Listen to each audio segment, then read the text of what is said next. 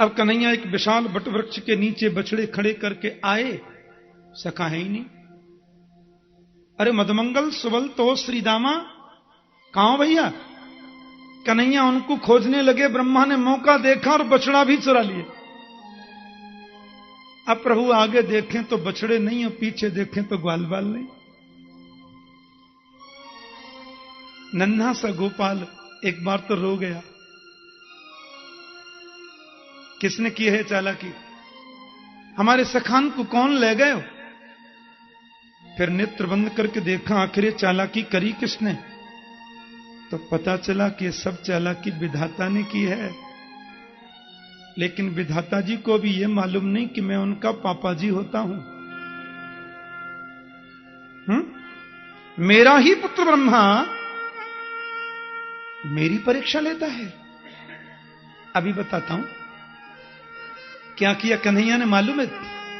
कि यावत वत्स कवत्स काल कबपुर यावत करांघ्रादिकम यावत यष्टि विषाण वेणु दलसित यावत विभूषांबरम यावत शील गुणाभिता कृतिभयो यावत विहारादिकम सर्वं विष्णुमयं गिरोंग बदज सर्वस्वरूपो बभो। जितने बछड़ों को कन्हैया ने ब्रह्मा ने चुराया वे बछड़े स्वयं श्री कृष्ण बन गए। जितने ग्वालबाल चुराए ग्वालबाल भी कृष्ण बन गए। और कहते हैं यावत शील गुणाभिधा कृतवयो यावत विहारादिकम, जिसका जैसा शील है, स्वभाव है, गुण है, आकृति है और जिस कलर का जिसका वस्त्र है वो सब कुछ कृष्ण बन गए स्वयं। अब बछड़ा भी गोविंद, ग्वालबाल भी गोविंद, पीतांबरी भी गोविंद, पटका भी गोविंद, छड़ी भी गोविंद और मटकी भी गोविंद हैं। सर्वस्वरूपो बभौ, सब कुछ कृष्ण बन गए। रोज बछड़ा चराने जा रहे हैं, रोज बछड़ा चरा के वृंदावन लौट रहे हैं, किसी को पता नहीं चला। एक बात बताऊं, पूर्णमासी प्रोहतानी जी ने पूरे ब्रजमंडल में ढिंडोरा पीट दिया। सुनो, जाकाऊ को अपनी बेटीन को विवाह करना है 12 महीना के भीतर ही कर ले, क्योंकि 12 महीना के बाद फिर 12 वर्ष तक कोई विवाह को योग है ही नहीं। ब्रजवासी ने सोची 12 साल में तो बहुत बड़ी है जांगी लाली, तो सबने छोटी छोटी बेटीन को विवाह भी छोटे छोटे सखान के संग कर दिया। अब आजकल जितने छोटे सखा हैं वो कृष्ण ही तो हैं। बोलो जय श्री कृष्ण। अब सखा तो स्वयं कृष्ण ही बने हुए हैं, इसलिए सब गोपियों की शादी गोविंद से ही हो गई। बोलो जय श्री कृष्ण। हाँ, कोई मर्म नहीं समझा इस बात का। बलराम जी ने देखा मेरी गैया आजकल अपने बछड़ों को जितना प्यार करती है उतना पहले कभी नहीं करती थी, क्योंकि आजकल बछड़े स्वयं कृष्ण ही बने हुए हैं ना। असली बछड़ा तो ब्रह्मा के पास है। बलराम जी ने देखा ये बछड़े भी मोर मुकुट वाले, ग्वालबाल भी चौरे लाला, ये कायरो है। कन्हैया बोले आपको सब पता तो चल गई भाई जी, अब का वो बताए मत दीजो। ब्रह्मा के मोह को दूर करवे के ताई में लीला कर रहे हो। बलराम शेष है, उनसे क्या छुपाए। उधर ब्रह्मा जी ने ब्रह्मलोक में से देखा, नीचे नजर डालकर के रो रहा होगा तो वापस कर दूंगा। यहां देखा तो बछड़े भी हैं, ग्वालबाल भी हैं। ब्रह्मा बोले इनको तो मैं चुरा के ले गया था। अब ऊपर देखें तो वहां भी वही और नीचे देखें तो यहां भी वही। सुखदेव जी महाराज कह रहे हैं सत्य के कतरे नेति ज्ञातुम नेष्टे कथंचन। अब ब्रह्मा को यह पता नहीं चल पाया कि जिन्हें चुरा के ले गया वो झूठे हैं कि ये झूठे हैं, ये सत्य हैं कि वो सत्य हैं। ब्रह्मा ने सोचा हो सकता है मैं दूर से देख रहा हूं इसलिए मुझे अच्छी तरह दिखाई नहीं देता है, चलो वृंदावन चल के देख के आते हैं। ब्रह्मा जी ब्रह्मलोक से सीधे वृंदावन में आए देखने के लिए। मेरा कन्हैया ब्रह्मा बन के पहुंच गया ब्रह्मलोक में। 4 मुंह वाला ब्रह्मा बनकर गोविंद ब्रह्मा की गद्दी पे बैठ गया। ब्रह्मा जी ने यहां देखा बछड़े भी हैं, ग्वालबाल भी हैं, ये सब क्या बात है, उधर से तो नहीं आ गए, अब उधर चल के देखूं। ब्रह्मा जी जैसे ही वहां जाने लगे उधर कन्हैया ने अपने दरबानों को बुला, बोले सुनिए आजकल बहरूपिया बहुत डोल रहे हैं, मेरे जैसे कोई दूसरा ब्रह्मा आवे, धक्के देख के बाहर निकाल देना। महाराज जी आप चिंता ही मत करो, एक तो आ ही नहीं सकता और आ गया तो उसकी खैर नहीं। अभी असली ब्रह्मा जो थे वो वृंदावन से लौटकर जब गए और ब्रह्मलोक में प्रवेश करने लगे तो इन्हीं के दरबानों ने रोक दिया। क्या बात है, मार चलो, चलो मार। ब्रह्मा बोले पागल हो गए क्या, बांका रखी है क्या हैं? मेरे ही दरबान, मेरे ही सेवक, मेरे ही चाकर, और मुझे अंदर जाने से रोकते हो? बोले हाँ बाहर चलो, बहुत डोलते हैं तुम्हारे जैसे बहरूपिया। बहरूपिया?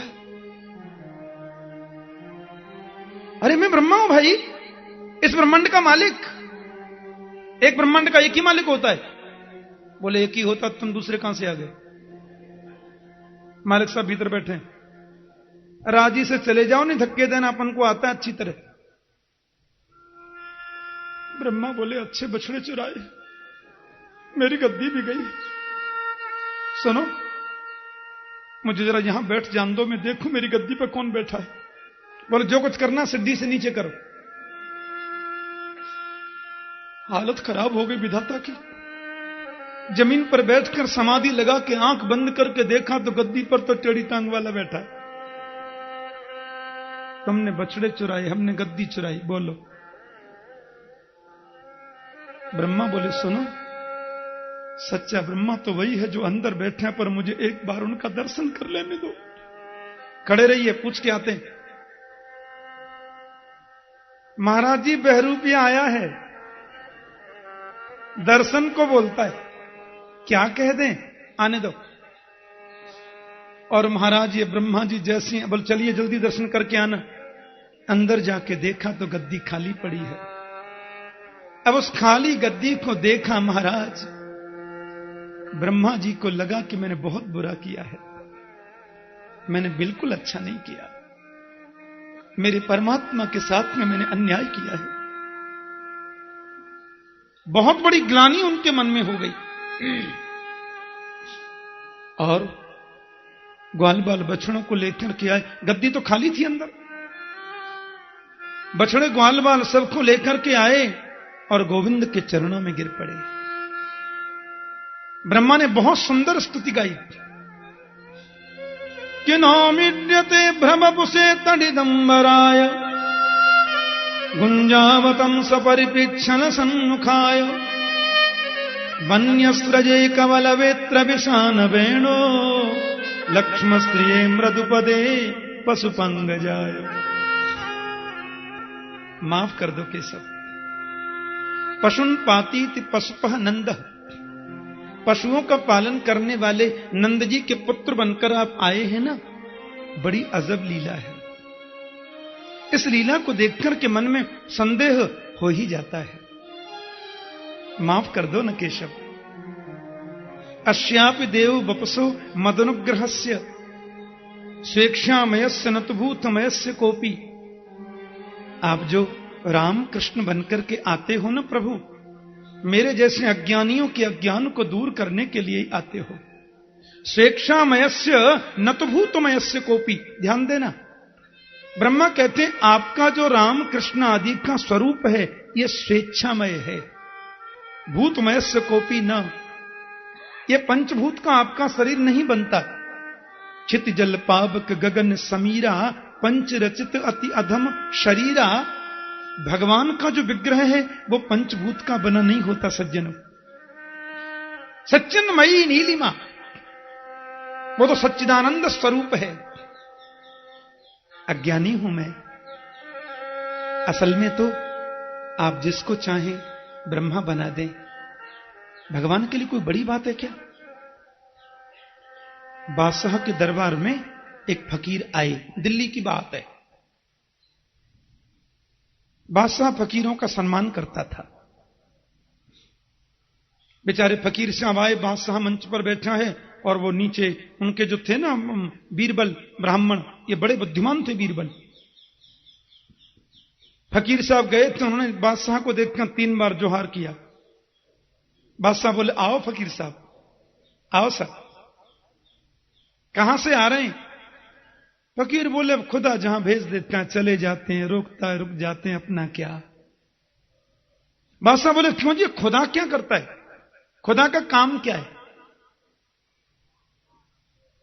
काम क्या करता है खुदा। बोले ये तो कोई तरीका नहीं पूछने का। राजन, बताने वाला ऊपर बैठता है, सुनने वाले नीचे बैठते हैं, ये नियम है। अब आप तो बैठे ऊंचे सिंहासन पर, हमसे पूछ रहे हो खुदा काम क्या करता है। आप मेरे को पहले व्यास गद्दी पर बिठाओ, फिर जवाब दूंगा। एक बार जो गद्दी पर बैठ जाएं वो फिर उठना चाहते नहीं। हाँ ये गद्दी है ही ऐसी, एक बार कुर्सी मिल गई फिर नहीं छोड़ते। बोलो जय श्री कृष्ण। हाँ, बीरबल की ओर देखा, बोले गद्दी मांग रहा। बीरबल बोले दे दो, 10 मिनट में क्या बिगड़ता है, समाधान चाहिए तो गद्दी दे दो। बादशाह बड़ी श्रद्धा से नीचे उतरे और फकीर को ऊपर बिठा दिया। फकीर तो पैर पर पैर धर के ऐसे बैठ गया मस्ती में। नीचे बादशाह खड़ा है। हाँ जी, तो बताइए खुदा का काम क्या है।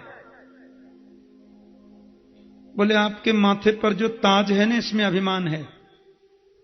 जब तक ये ताज माथे पर है तब तक भी समझ में नहीं आ सकता, जरा ये ताज और मुझे बांध दो। बीरबल की ओर देखा, ताज मांग रहा है। बीरबल बोले दे दो 10 मिनट को, क्या फर्क पड़ता है, कोई लिखा पढ़ी थोड़ी हो गई। बादशाह ने अपना ताज उतार के फकीर को बांध दिया। हाँ जी, अब बताइए खुदा का काम क्या है।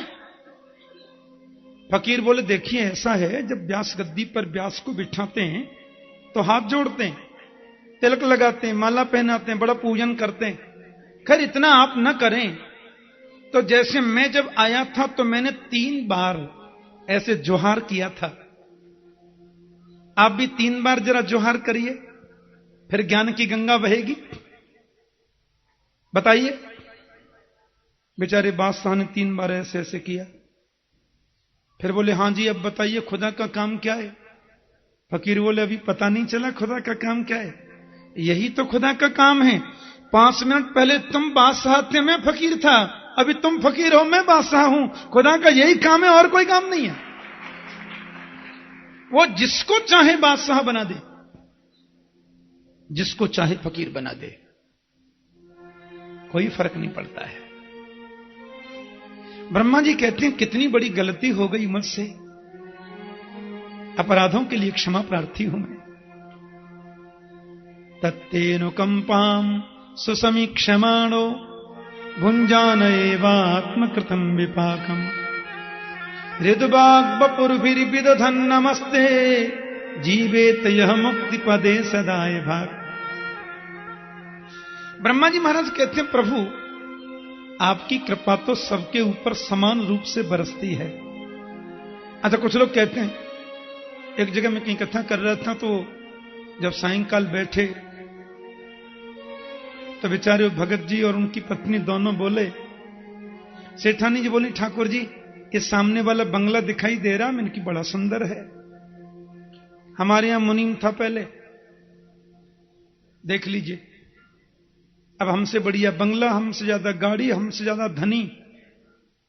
तो सेठ जी तुरंत बोले ऐसा क्यों बोलती हो, अरे उस पर भगवान की कृपा ज्यादा है, हम पे कृपा ज्यादा नहीं है, क्यों किसी को दोष दें। मैंने कहा तुम दोनों ही झूठ बोल रहे हो।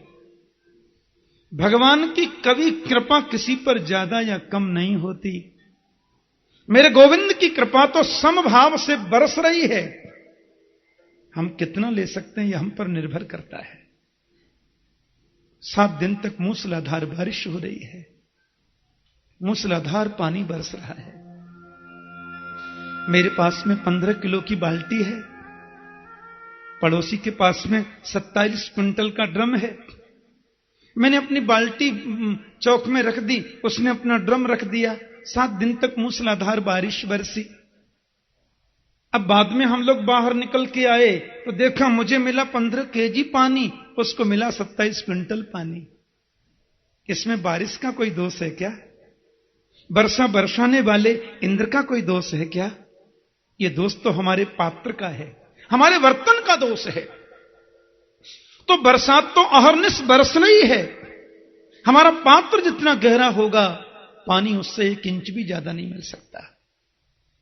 इसी प्रकार परमात्मा की कृपा अहर्निश बरसती है। मेरे गोविंद की कृपा चतुर्दिश बरसती रहती है।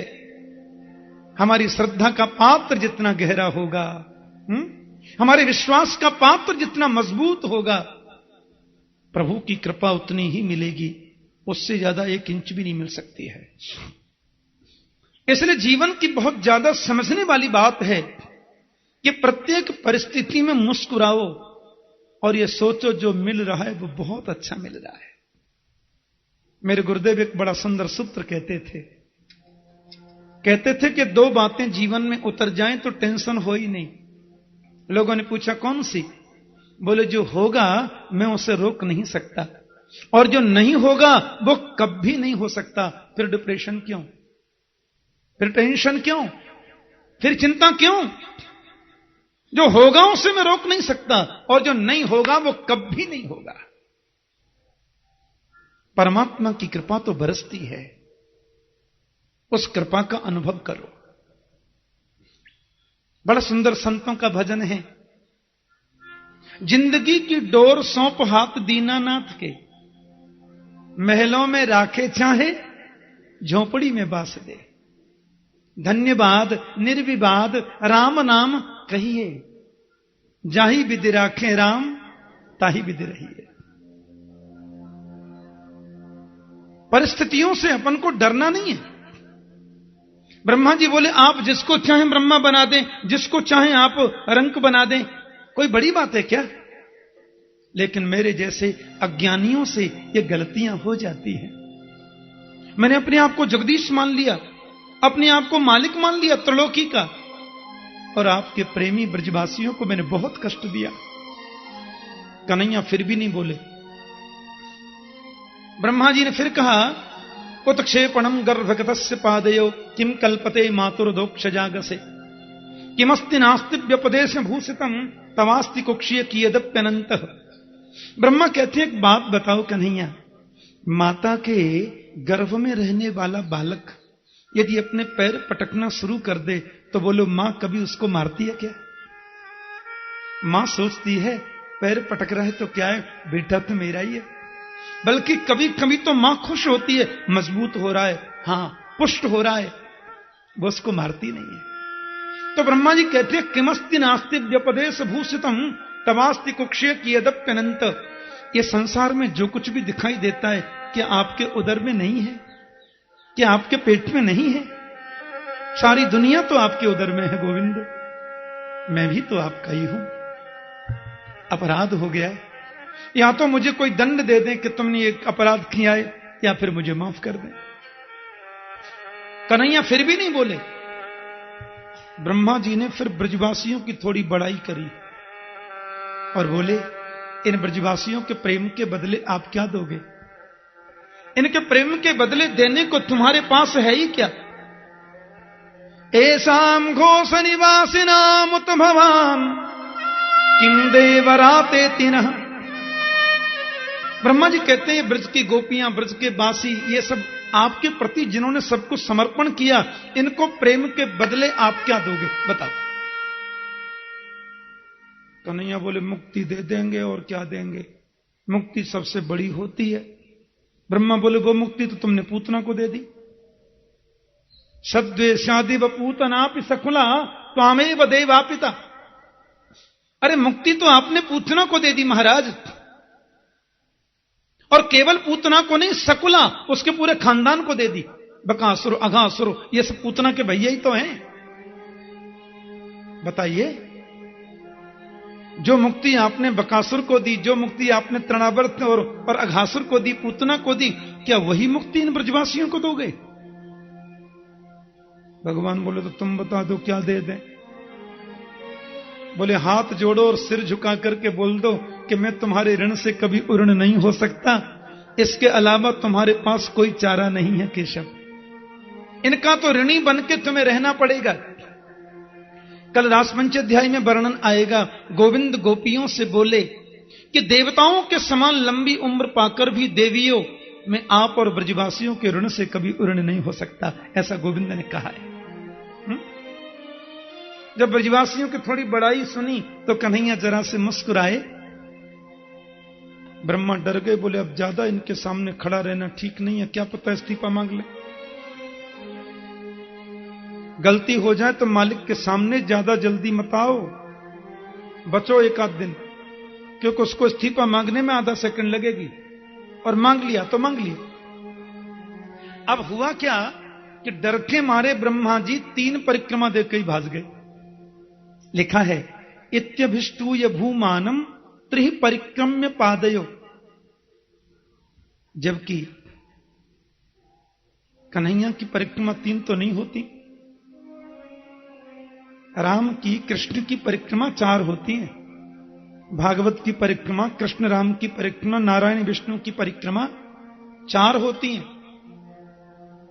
चंडी माता की 1 परिक्रमा होती है, एका चंड्या। शंकर जी की आधी होती है,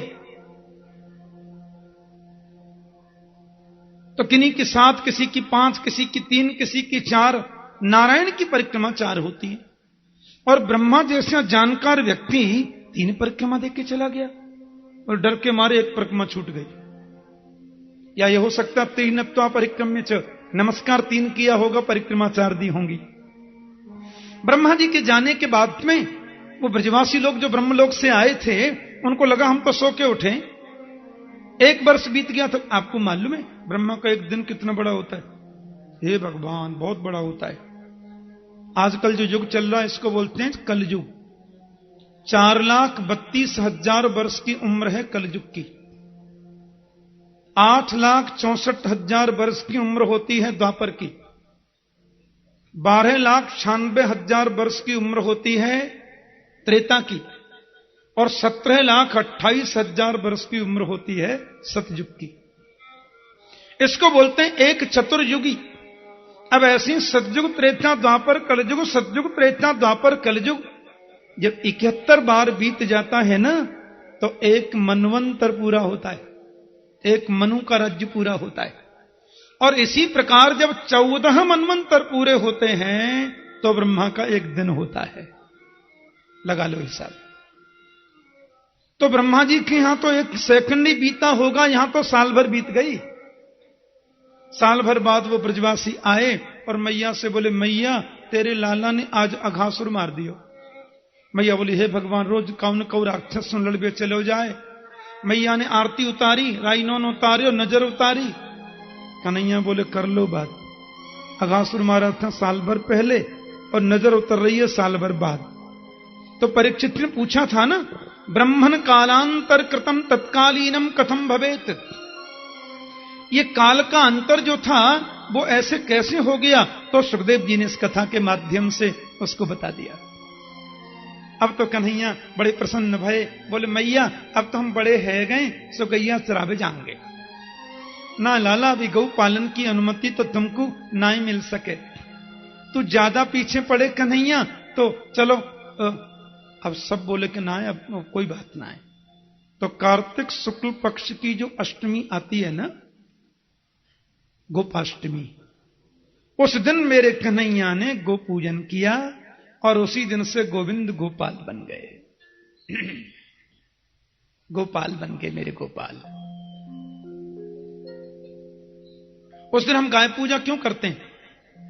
कामधेनु माता का जन्मदिन है। उसी दिन मां गाय का प्राकट्य हुआ था, जो गायों में सर्वश्रेष्ठ मानी जाती हैं। प्यार से बोलो जय श्री कृष्ण।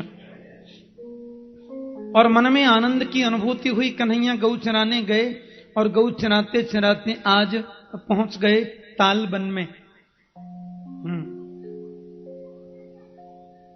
तालबन में पहुंचे। अब देखो, वृंदावन की कथा है, ये तो हमारे घर की कथा है। हमको लग रहा है हम तो बाबा की गोद में बैठ के खेल रहे हैं, कथा पता तो सब ठीक है। बोलो जय श्री कृष्ण। वृंदावन में इस भाव से कभी कथा कहने का मन ही नहीं होता कि व्यास हैं। यहां तो लगता है अपने लोगों के मध्य बैठकर गोविंद की लीला गुणान बात गा रहे हैं। बाहर तो बड़े बड़े नियम लगा देते हैं हम। पंडाल के बाहर कई कई बैनर लग जाते हैं। हाँ, जिनको बीच में उठने की आदत है कृपया पंडाल से बाहर बैठें। मोबाइल फोन कृपया साथ न लाएं, और लाएं तो स्विच ऑफ रखिए। ये सब नियम लिखवा के टंगवा देते हैं पंडाल में, क्योंकि कलयुग में कथा में मोबाइल में कलयुग आके बैठ जाता है, वो सुनने नहीं देता। हां, ये सब बड़ी मर्यादाएं होती हैं कथा की। पर यहां तो क्या है कि गोविंद की लीला धाम है, हमारा अपनो घर है, तो यहां तो थोड़ी सी बाल लीला में भी चलता है सब। फिर भी कथा की कुछ मर्यादाएं होती हैं, उनका अनुपालन बड़ी निष्ठा से करना चाहिए। अब गोपालन करके जब कृष्ण लौट, आज वहां पे गए ना वन में, वहां एक राक्षस रहता है धेनुकासुर। हां, और जो भी आवे उसमें दुलत्ती मार दे और खत्म कर दे। बलराम जी बोले हमारो बगीचा है, हमें कौन रोक सके। ब्रजवासी बोले जा में गधा रे भैया, और वो तो मार बे दौड़े। तो बलह प्रवेश्य बाहुभ्याम तालान संपरिकंपयन, बलराम जी महाराज ने अपने हाथों से ताल वृक्ष पकड़ के जोर से हिला दिया, सो भीतर से वो धेनुकासुर निकला। बलराम को मारने दौड़ा, दुलत्ती मारने वाला ही था कि बलराम ने दोनों पकड़ ले और ऐसे घुमा करके ताल पेड़ में ही मार दिया। जय श्री कृष्ण। सो धेनुकासुर मर गया। अब तो वो पूरा बगीचा ब्रजवासियों के लिए बड़ा आरामगाह बन गया। सब जाएं, ताल वृक्ष के फल खामें, सुंदर सुंदर, और उसमें वृक्ष लगा दिए। एक और शोभा बढ़ गई ब्रजमंडल की। ये धेनुकासुर भी कंस का ही सेवक था। लेकिन एक बात बताएं, आज गायों के मन में बड़ी होड़ लगी है। हां, सब गायों को लगती है हम कन्हैया के संग चलें, हमें लाला ने छू दें, ने थोड़ा स्पर्श कर दें।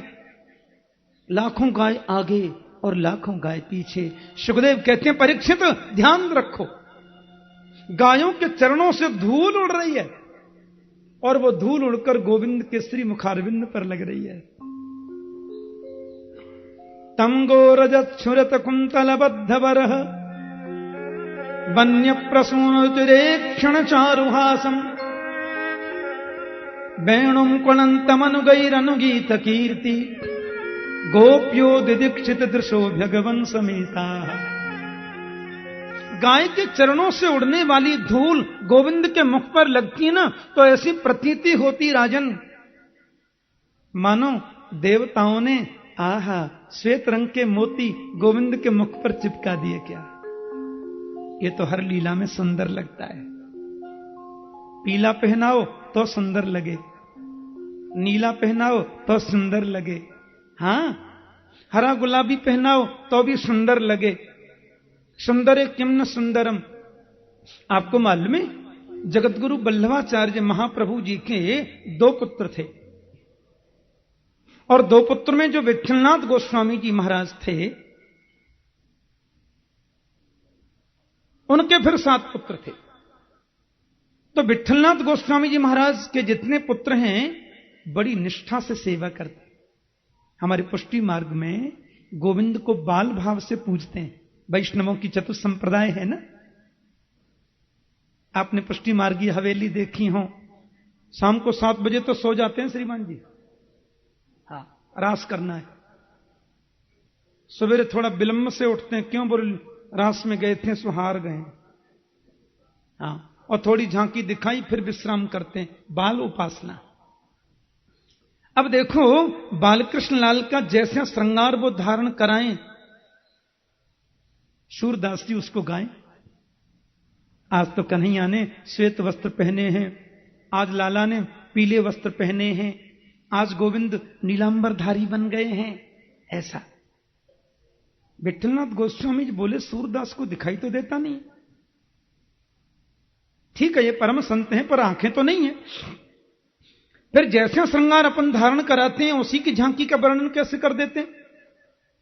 कहीं ऐसा तो नहीं काकतालीय न्याय हो जाता हो, कौआ का उड़ने का मन था, उसी समय हमने ताली बजाई। अरे कौआ को तो उड़ना ही था उसी समय, पर संजोग से उसी समय ताली बज गई, तो हमको लगा ताली बजने से कौआ उड़ गया। इसको बोलते हैं काकतालीय न्याय, इत्तेफाक, संजोग। ये सोचते हो आज ऐसा गीत गाऊंगा जिसमें पीतांबर का वर्णन बढ़िया हो, और संजोग से उस दिन हम बढ़िया पीतांबर पहना देते हो। परीक्षा लेनी चाहिए।